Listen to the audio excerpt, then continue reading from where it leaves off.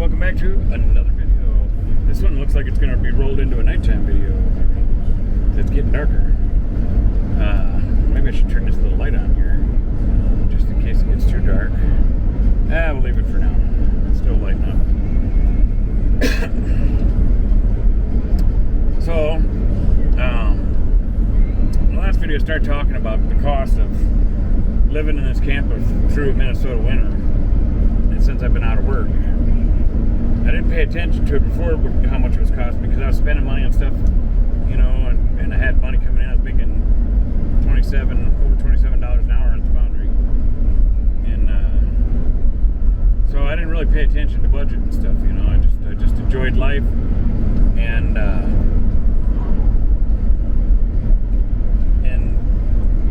now that I've been out of work, I know that I could survive fairly comfortable on $500 a month living in the camper, and that's through Minnesota winter, with this not being a winter model, you know, with the diesel heater, and then I got a buddy heater that takes the little 1 pound propane cone tanks for backup. So like on the really cold nights when my diesel heater can't keep up, if I want to be warmer, I can run the buddy heater a bit, and that helps out. But I could do it for $500 a month, and I would be surviving fairly comfortably, you know, living life. And on that $500 a month, if I'm really tight, I might be able to squirrel away a little bit of money once a month, but it wouldn't be much of living, you know. I mean, you're just comfortably surviving and in a tight area. Now, when I was working at the foundry and making money, I didn't pay attention to how much I could save away, because I'm getting older, and I've been trying to enjoy life and do things that I haven't done, driving around and seeing stuff. And ever since I've been living in the camper, I got forced into it because my life crashed around me with a bunch of ugliness. But I just thought, I ain't gonna let all this ugliness around me stop me from living. I'm getting older, and I didn't want to. I've always been positive and happy anyway, you know, and I'm always positive and upbeat and fun with people and everything. Well, that wasn't easy to do with everything I had go on in the last few years after Ma died and all the ugliness happened. But I told myself, don't buy into these not nice people that are trying to bring you down, and they're trying to wreck your life, trying to control you and all that kind of stuff. So I've walked away from everybody and everything since my mom died, pretty much. And here I am solo, building a new life at 57 and starting life over in a camper. I've lost everything. I've had most of it taken from me, and then my 2 storage units I lost because I'm out of work, you know. But when I started living in the camper, and I'd already been, you know, like I've said, I was already wanting to get into RV van life, and because I camped as a kid and stuff, and I was like, God, I think I would enjoy that. Well, when I was working, I did for the most part, but if I was retired and had, you know, Social Security, even if it wasn't that much, I could actually live and travel and enjoy seeing some stuff. And that's what I started doing when I was working at the foundry. So I wasn't saving money, but I was enjoying life. When I didn't work on the weekends, I'd go do stuff. So I'd look on like Facebook and look at events all around, whether it be in Minnesota, Wisconsin, within a 100, 200 mile radius for the most part. I did go on some journeys where I went further, you know, that was, you know, closer to 400 miles on the weekends when I had a 3 or 4 day weekend, you know.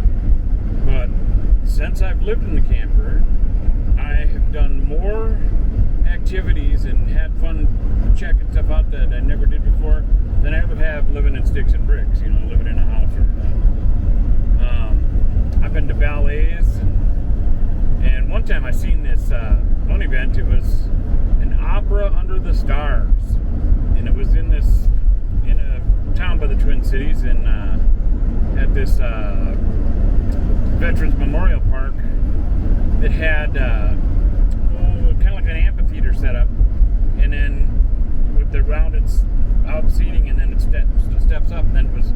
step up was grass area, so you could like sit on the grass or bring a lawn chair or whatever, just sit up, yeah, you know. And that's another video I gotta edit yet that I haven't done for the Milo channel. I had videos that are over a couple years old now that I haven't edited yet. Stuff I filmed just because I've been trying to find work, you know. And when I was working at the Foundry, I didn't have time for nothing. You know, that was a hard job, and a lot of hours. So you worked, and then when you're done working, you slept. And then when you got up, it was time to start getting ready to go to work again. So the only time I had was on the weekends. But yeah, I did. I traveled more. That opera Under the Stars was cool. It was neat. You know, I mean, they weren't Luciano Pavarotti kind of people or whatever, but they were good. And that was another thing that was cool. So I'd never been to an opera before, and if I understood, I think opera's in Italian, I think, for the most part. If I understood what they're saying, I'd probably appreciate it more, because I think it sounds very pretty, you know. But what was cool is then they started singing some of it in English, like, and then near the end, I got goosebumps big time, because I felt like God was guiding me on this whole mission and guided me to go to that opera too, because it just showed up and like go check this out, you know. And what was neat is near the end of the opera,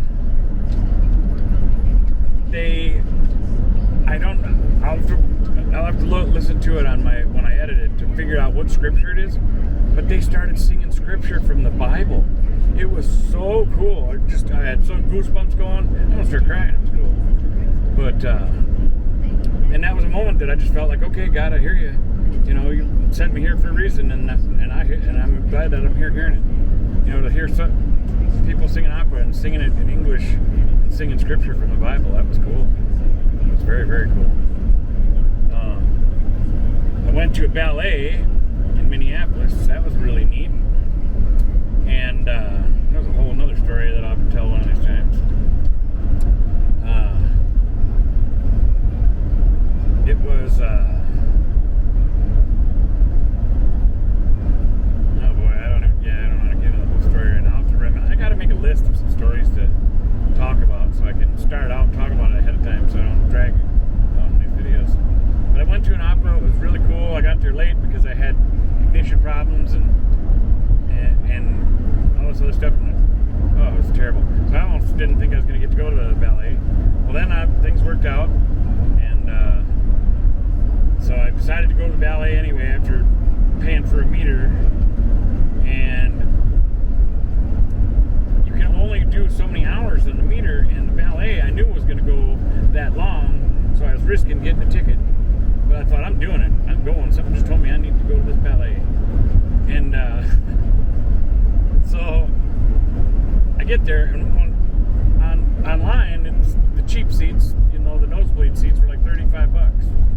So I figured, well, you know, I'll pay that $35. I don't mind being a nosebleed just to experience this ballet. And I get in there, and they didn't have no $35 seats. All they had was these couple $100 seats up front and stuff or whatever. And I told the guy, I was like, nah. So I was kind of excited to go see this, but I ain't gonna. It had already started. The ballet had already started. So I was like, nah. I said I really want to see it, but not that much, you know. I said, I was gonna go for like the $35 tickets, which they didn't have. And so I was like, nah. Well, then I went to go, and he said, well, wait a minute.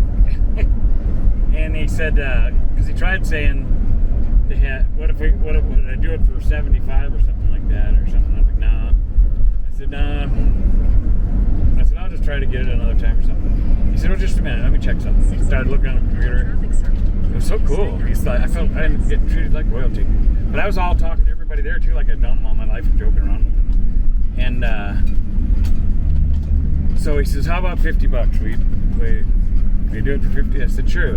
Well, the thing is, the show's already started, and if they can get some more seats filled in, why not? You know? So I said, yeah, I'd do it for 50. So I give him $50. I had to wait for the first set to get done because, you know, the lights are down, and the people doing ballet, if I'm a distraction, somebody could twist their ankle or something, you know, they got to stay focused, you know. So I had to wait, and when the one act ended, I had a group of ushers or whatever in their suits and ties.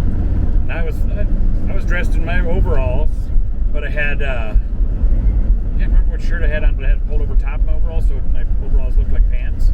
And then I had this nice silky dragon tiger shirt from martial arts that I had. That was pretty cool. Got a lot of compliments on it, those are. And they walk me right down right when the one act ends. They bring me in there. They bring me right up front. It was cool. I felt like I created a big scene, and I felt like I was super special or something. They brought me up to the very expensive seats, and then they had these people all get up and move out of the way and let me get in there and sit down, and then everybody sat back down. And I could tell everybody's, the way they were making people move, bringing me right up to these spots at it. I felt like everybody's looking at me like, "Oh, who's this guy? Who's this guy?" You know. and then of course, because I was so friendly with everybody, because they were all treating me like I was something special, because I was already treating them like I'd known them all my life, you know, even though I just met them all. But then after the show was over too, I couldn't film in there. I wanted to, but they didn't want you filming that. After the show was over, then they let me film the auditorium or whatever you want to call it, you know. And it was a really pretty place, really, really pretty. The theater was just beautiful in there. There was a pothole there. So yeah, that was a fun experience, you know. But had I not been living in the camper, I went to that ballet because, you know, when I was living in a house or apartment or stuff, even with my friend, we could be talking about, oh, let's go to that. But then we might be like, well, let's cross town to Minneapolis. So we're gonna have to head out early, and we're gonna be hungry, so we're gonna want to get something to eat. Odds are we should probably go early and get something to eat ahead of time.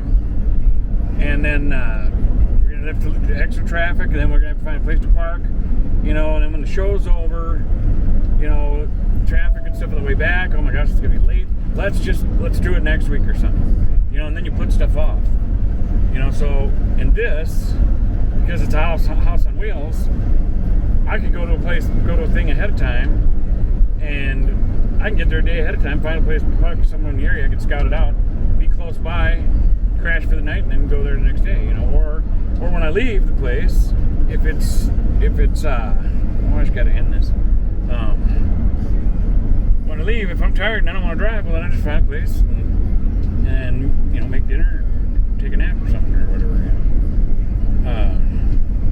So yeah, I've been to a lot of places, done a lot of things that I wouldn't have normally been able to do, I don't think. Once again, thanks for watching. God bless you, and we'll see you on the next one.